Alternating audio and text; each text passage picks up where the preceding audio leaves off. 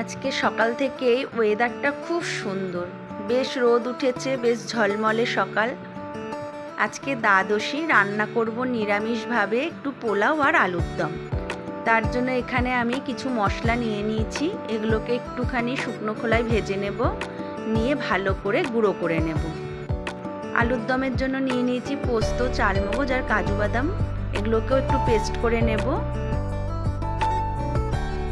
ফোড়নে দিয়েছিলাম গোটা গরম মশলা আর গোটা জিরে, তারপরে আদা কাঁচা লঙ্কা বাটা দিয়ে ভালো করে কষিয়ে রোজকার মশলা জিরে ধনে কাশ্মীরি লঙ্কার গুঁড়ো দিয়ে খুব ভালো করে কষিয়ে নিয়েছি।